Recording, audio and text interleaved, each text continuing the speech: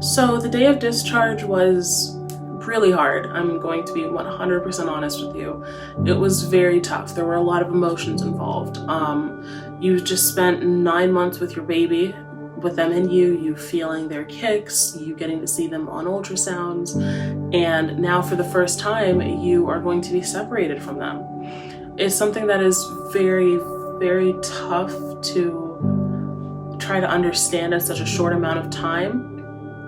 But there were a lot of tears. I remember specifically crying in the parking lot in my fiance's arms and just saying she was 100% safe and whatever she needed she got when she was in me, and now she's going to feel cold, she's going to feel hot, she's going to be hungry, she's going to be fussy. And it was just a lot to try to wrap my head around at the time.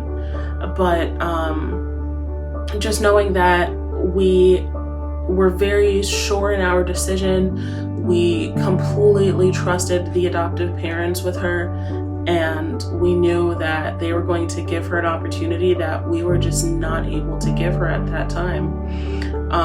All of that just really helped put me at ease, and yeah, it was tough, but just knowing everything that went into this situation, knowing all of our thought processes that went into making the decision, knowing how well we vetted her parents, knowing how well we had those conversations and how deeply we got into those conversations, and just believing in them and believing in ourselves really got us through. The first few days at home, there was a lot of sleeping. I think during my time in the hospital, I slept maybe a total of 8 hours combined. I was very sleep deprived. I was also very hungry. I remember the first thing that I ate after giving birth was a large pizza all to myself in less than 10 minutes. I may have set a new world record that day.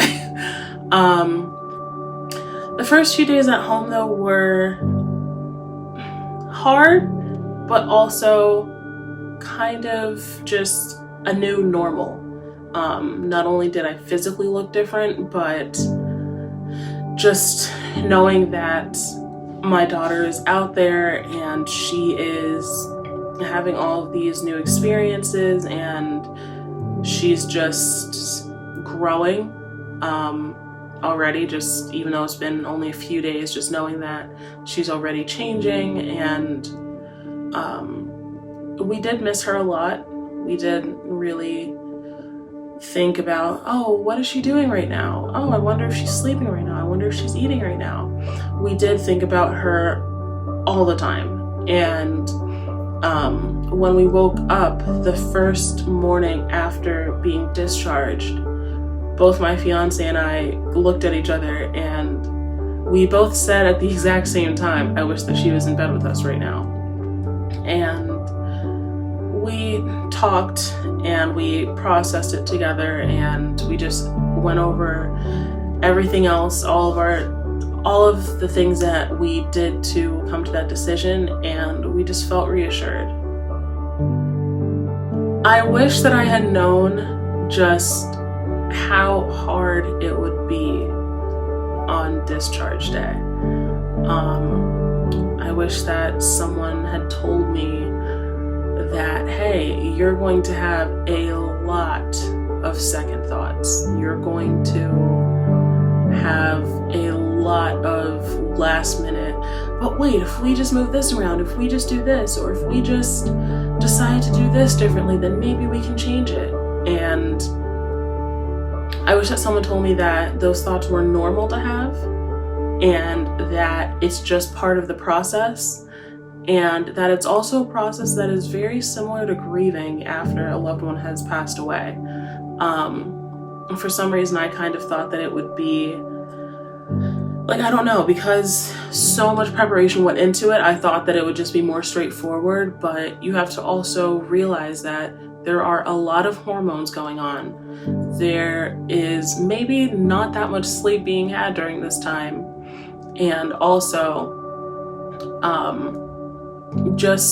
I wish that someone also told me that the situation will feel so much more real when you are actually holding your baby, because the entire time you're pregnant, you know your baby is in you, you can feel them kicking, you can see them on the ultrasound, but it does change a lot when you are physically holding your baby.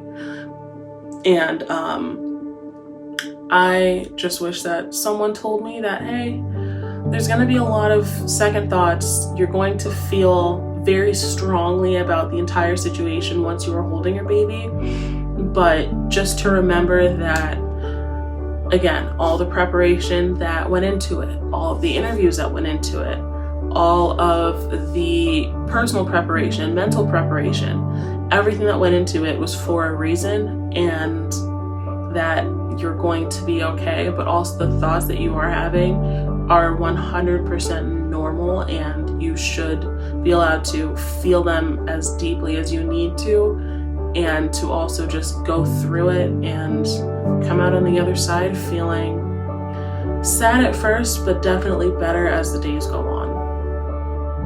What was most helpful the first few days at home was definitely getting a lot of pictures and videos from the adoptive parents, and also heating pads, like the portable heating pads that you can use. That helped me a lot physically. Also, all of the supplies from the hospital, from all the nurses. I would say get as many as you can, and don't be afraid to ask for more, because those are honestly game changers. They really do help your recovery at home. My advice for other pregnant women planning an adoption for hospital time is to definitely have support if possible. Bring either a friend or a partner or a parent with you, just to also be there for you to lean on, and also to take a lot of pictures, take a lot of videos, really just soak in that time with you and your baby, and also just to know that it's going to be okay.